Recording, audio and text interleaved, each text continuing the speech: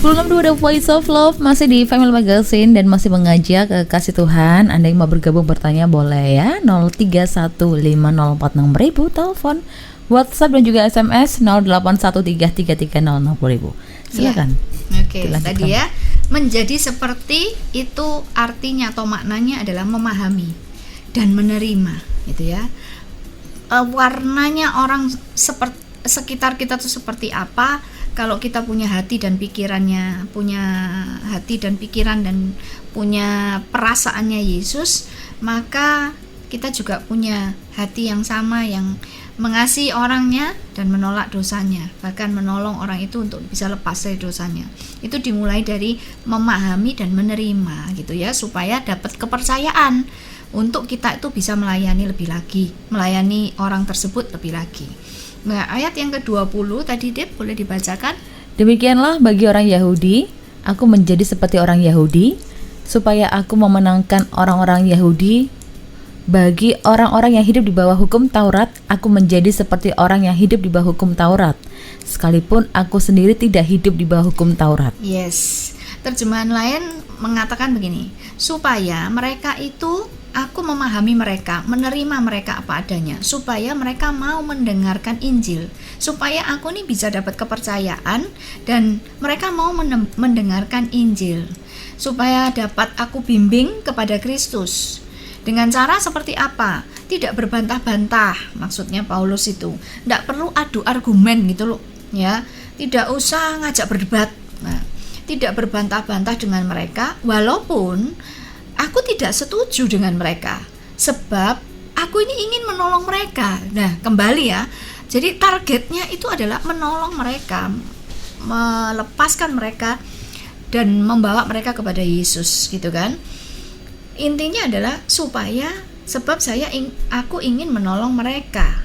Aku melakukannya untuk memenangkan mereka. Paulus mengatakan, aku tidak hidup di bawah hukum Taurat. Iya, karena hidupnya Paulus itu sepenuhnya dikuasai oleh hukum Kristus sudah, gitu ya. Ayat 21. Bagi orang-orang yang tidak hidup di bawah hukum Taurat, aku menjadi seperti orang yang tidak hidup di bawah hukum Taurat, sekalipun aku tidak hidup di luar hukum Allah, karena aku hidup di bawah hukum Kristus, supaya aku dapat memenangkan mereka yang tidak hidup di bawah hukum Taurat. Yes. Untuk melayani, membawa orang-orang yang hidup di bawah hukum Taurat, Paulus bisa masuk ke situ. Untuk orang-orang yang tidak hidup di bawah hukum Taurat, Paulus juga bisa masuk di situ. Intinya adalah target Paulus ini yang terpenting, prioritasnya adalah gimana caranya supaya mereka bisa aku layani dan menjadi orang-orang yang hidup di bawah hukum Kristus. Nah, tadi dibilang ya, Paulus hidupnya tidak dikuasai dan tidak diatur oleh hukum Taurat, tapi dikuasai dan diatur oleh hukum Kristus. Jadi kelihatan ya, fleksibelnya ada tapi nggak kompromi dia, gitu kan. Ayat 22, contoh lagi. Bagi orang-orang yang lemah, aku menjadi seperti orang yang lemah, supaya aku dapat menyelamatkan mereka yang lemah. Bagi semua orang, aku telah menjadi segala-galanya, supaya aku sedapat mungkin memenangkan beberapa orang dari antara mereka. Keren ya. Ayat yang 22 ini. Iya. Paulus ini berusaha memahami dan menerima orang-orang juga yang lemah. Yang lemah itu artinya lemah keyakinannya ya, yang punya keyakinan yang tidak kuat, yang tidak kokoh gitu, yang mungkin orang-orang yang lemah imannya ya. Paulus tidak berlaku seakan-akan aku tidak berlaku seakan-akan aku lebih tahu dan mengatakan bahwa mereka berlaku bodoh. Itu ada dalam terjemahan firman Allah yang hidup itu ya. Dengan demikian, mereka itu mau membiarkan aku menolong mereka. Bagaimanapun sifat dan keadaan mereka, aku berusaha memahami mereka, supaya mereka mau membiarkan aku bercerita kepada mereka tentang Kristus, dan membiarkan Kristus itu menyelamatkan mereka. Aku melakukannya supaya aku dapat menyelamatkan banyak orang dengan semua jalan yang mungkin. Wah, keren.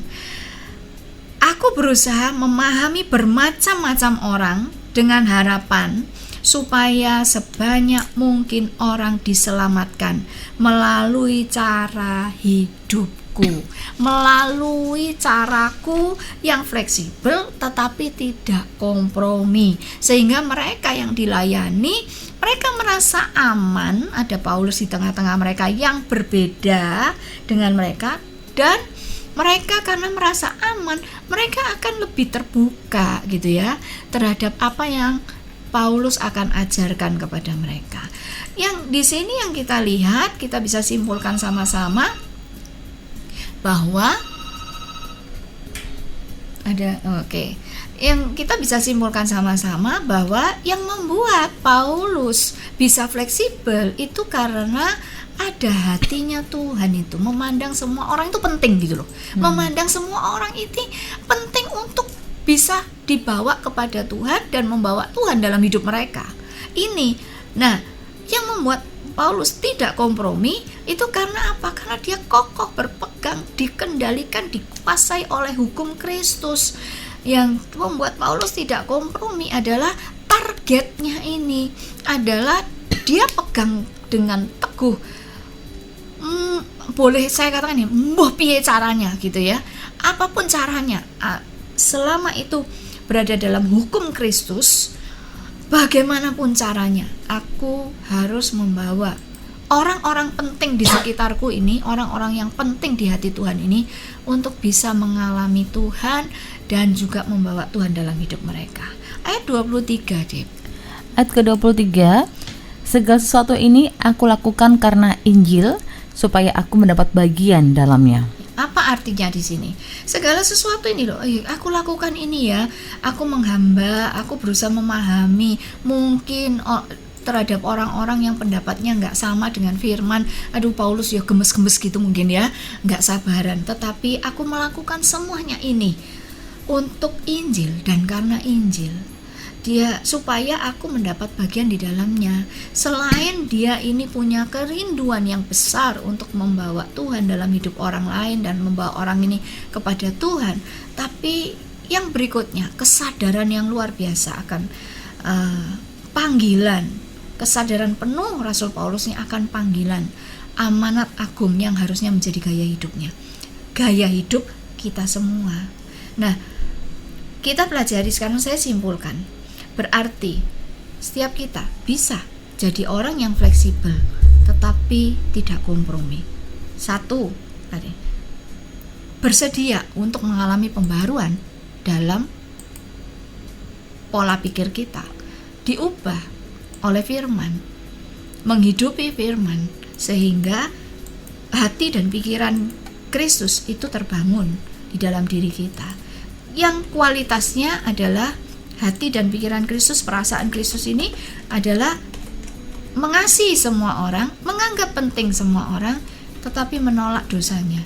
Menolak dosanya ini artinya we do something, kita melakukan sesuatu untuk supaya orang ini bisa diselamatkan, untuk supaya orang-orang penting di sekitar kita ini, yang orang dianggap penting oleh Tuhan, sebobrok apapun itu, tadi perempuan Samaria ya, itu bobroknya kayak apa, itu tetap dianggap penting sama Tuhan untuk diselamatkan, untuk supaya dimerdekakan dari dosanya.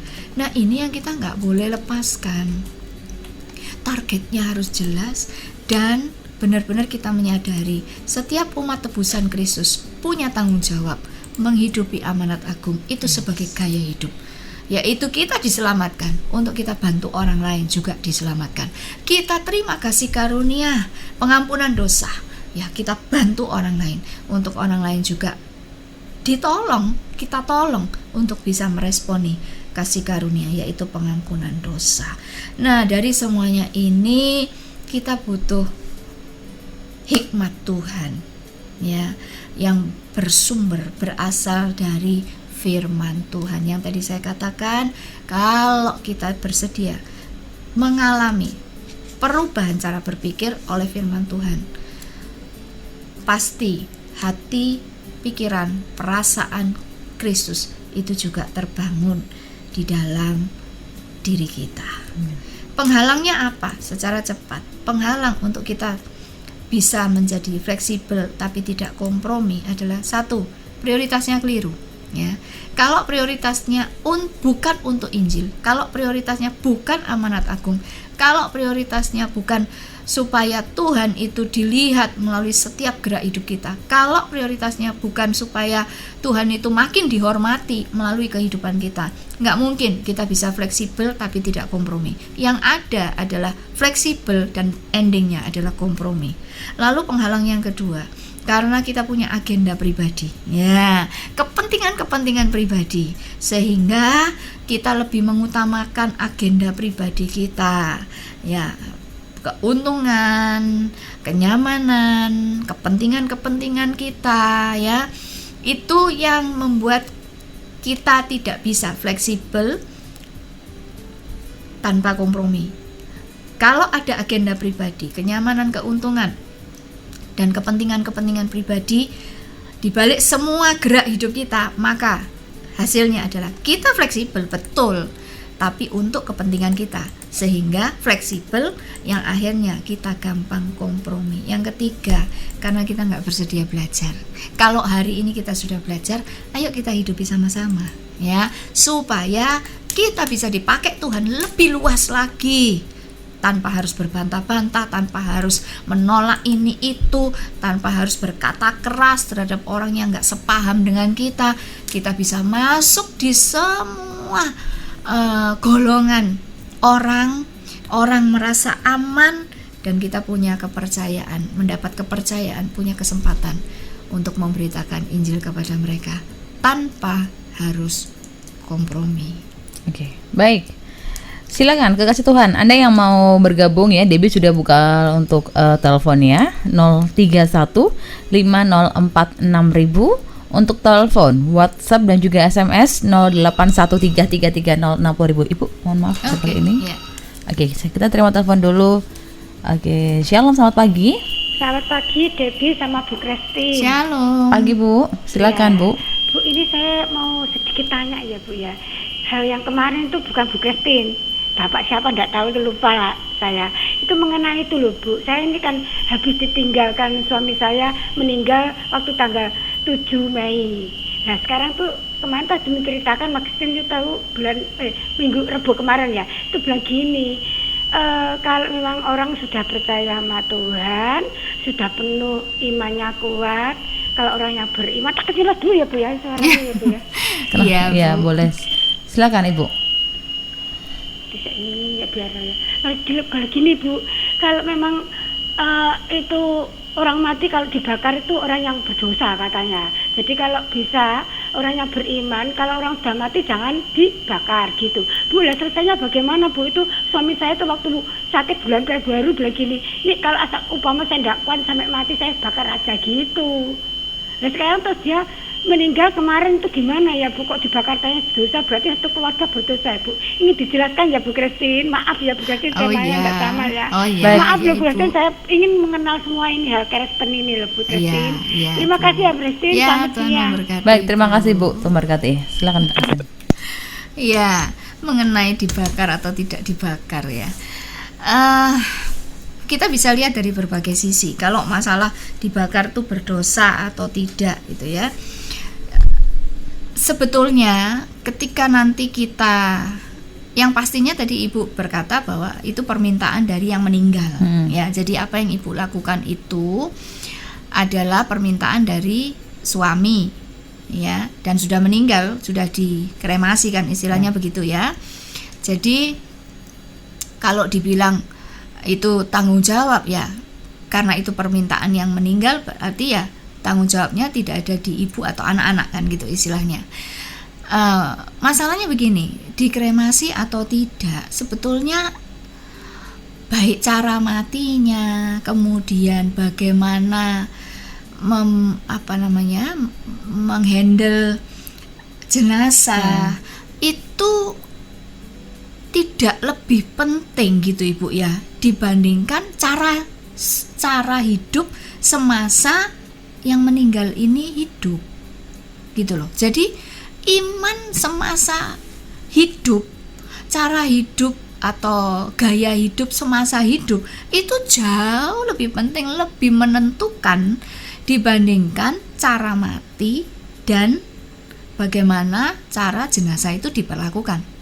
Saya ambil contoh begini, kalau itu dimakamkan kemudian ya tambah lama kan ini bumi ini penuh gitu ya, nggak ada tempat lagi, terus gimana dong gitu ya, apa ditumpuk aja itu kan ya nggak mungkin ya.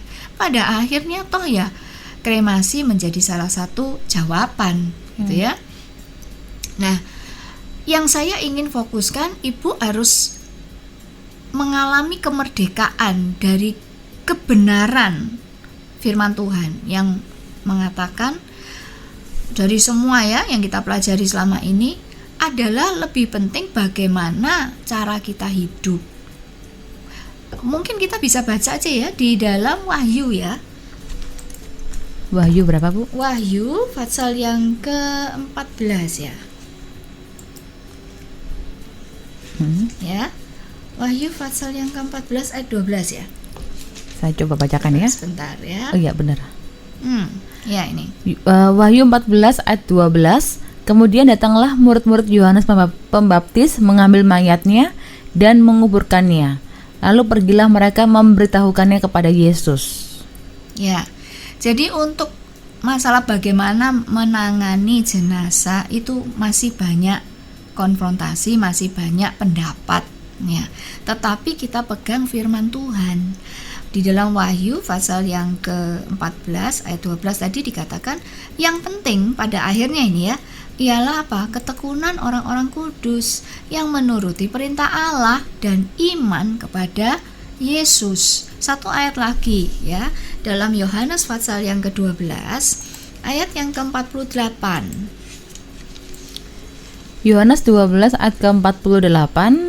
Barang siapa menolak aku dan tidak menerima perkataanku, ia sudah ada hakimnya, yaitu firman yang telah kukatakan. Itulah yang akan menjadi hakimnya pada akhir zaman. Ya, jadi semasa kita hidup itu yang jauh lebih penting, jauh lebih menentukan di mana tempat kita di dalam kekekalan, gitu ya. Dan kalau ada yang berkata bahwa setelah kita mengalami kematian tubuh, kita akan dibangkitkan dan mendapatkan tubuh kemuliaan. Nah, tubuh kemuliaan itu yang sifatnya ilahi. Sifatnya ilahi berarti ya tidak ada sangkut pautnya ya dengan yang jasmani.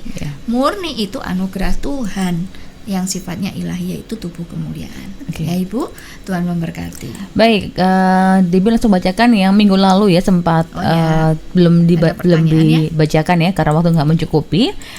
Shalom, terkait dengan dipimpin oleh Roh Kudus, saya mau bertanya. Saya memiliki ibu yang sudah berusia 79 tahun. Namun sangat prihatin karena dia memperlakukan asisten rumah tangganya atau orang-orang lain yang lebih atau di bawahnya sangat kasar, dan saya malu terutama sebagai orang Kristen. Ketika saya coba berbicara, saya malah dituduh mau mengambil alih sebagai kepala keluarga. Saya jadi bingung, kok jadi saya lari tuduhannya. Saya prihatin ibu dengan perilaku beliau. Memang beliau punya kepahitan dari perilaku orang lain terhadap ibu saya. Apa yang saya lakukan dengan perilaku ibu saya ini supaya tidak menjadi-jadi? Dari Ibu E. Silakan Ibu. Iya. Mungkin ini cocok dengan pembelajaran kita hari ini ya. Kayaknya ya. Yang pastinya kita mengawal segala kerinduan kita ini kita bawa di dalam doa. Kita membawa ibu itu ya. Ibu kita itu di dalam doa. Termasuk doakan untuk pemulihan pribadi ya. Mungkin kalau kita sebagai anak tidak memiliki akses untuk bisa diterima di dalam memberikan masukan kebenaran firman, maka kita bisa berdoa, kita tetap doakan supaya ibu ini mengalami pemulihan secara pribadi dari masalah-masalah trauma-trauma masa lalu itu ya, dan minta sama Tuhan, kirimkan Tuhan hambamu siapapun dia ya, hambamu yang bisa berbicara, yang bisa mungkin dipercaya oleh ibu kita itu, sehingga bisa memberikan satu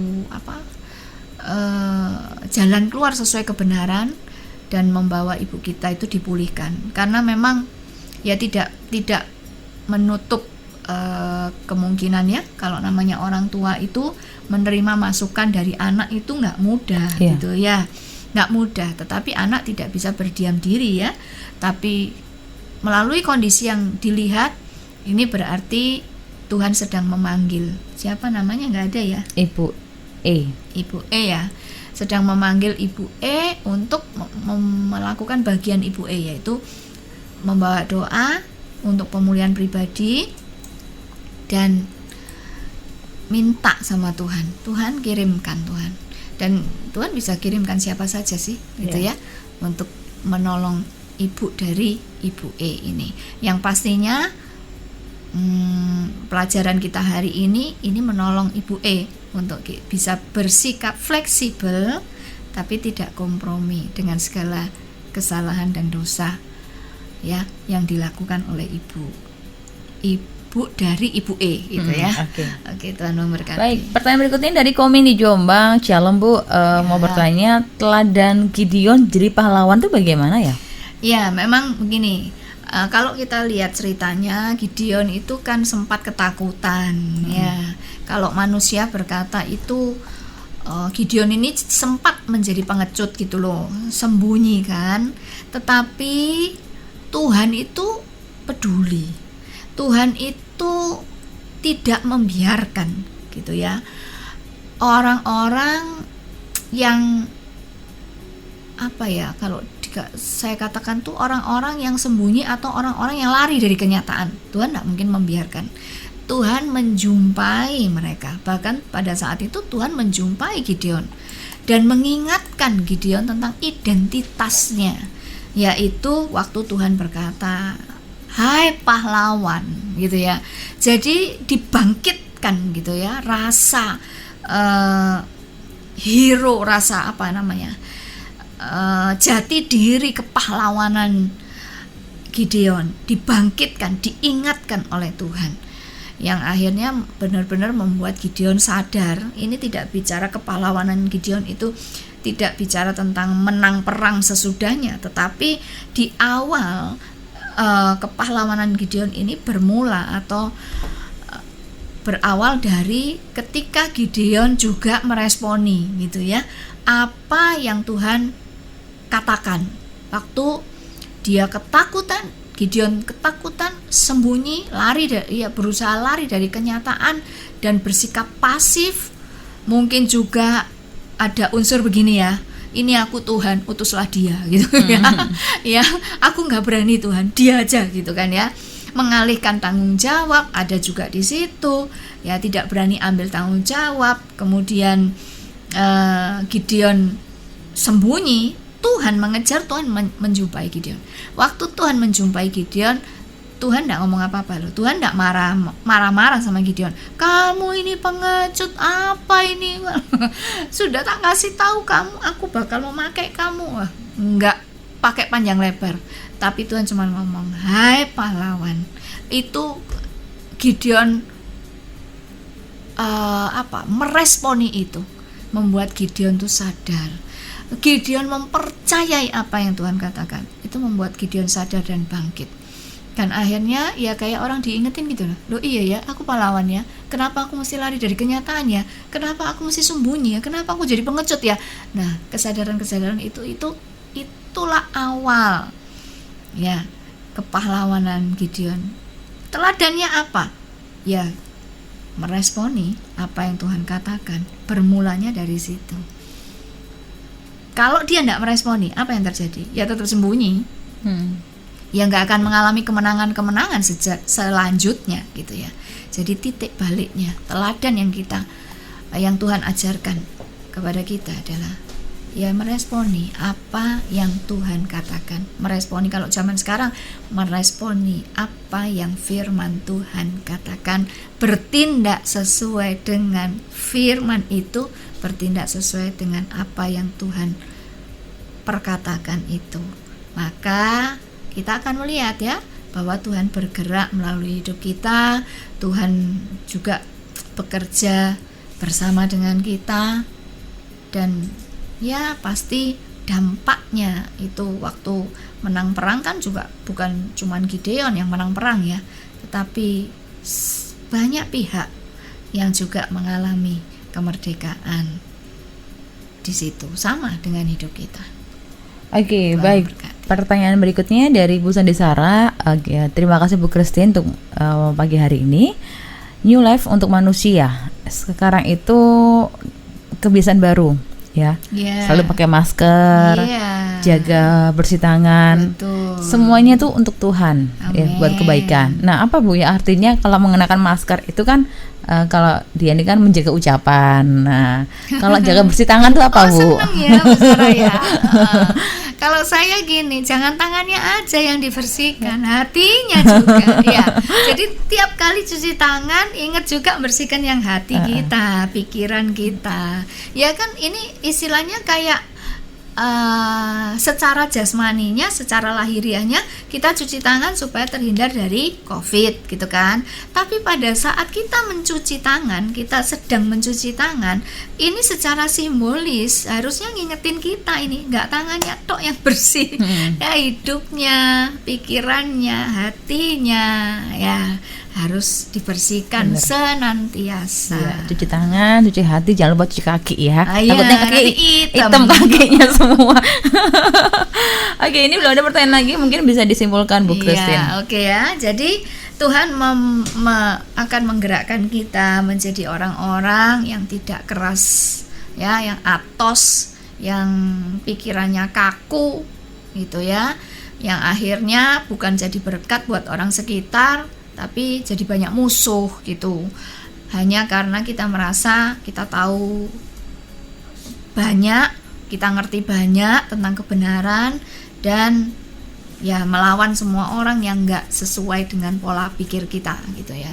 Tuhan tidak mengajarkan dan tidak membentuk kita menjadi seperti itu, tetapi Tuhan mengajarkan kepada kita hari ini menjadi satu pribadi yang punya hatinya Tuhan, punya perasaannya Tuhan, punya pikirannya Tuhan, dan teguh kokoh di dalam berpegang kepada kebenaran firman Tuhan, menjadi orang yang fleksibel, ya, bisa diterima di mana saja, tapi dengan misi yang sangat jelas untuk menolong orang sekitar kita ini untuk bisa menerima keselamatan, meresponi pengampunan kasih karunia, pengampunan dosa itu, dan juga menolong semua orang di sekitar kita untuk bisa mengalami Tuhan secara pribadi. Amin. Itu yang mesti kuat ya, sehingga dalam fleksibilitas kita, lenturnya kita untuk masuk dalam berbagai golongan tidak membuat kita kompromi.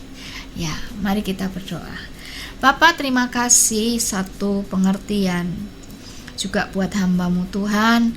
Engkau sungguh-sungguh memberikan peneguhan bahwa bisa menjadi seseorang yang fleksibel, bisa dibentuk Tuhan, bergerak bersama Tuhan tanpa harus kompromi.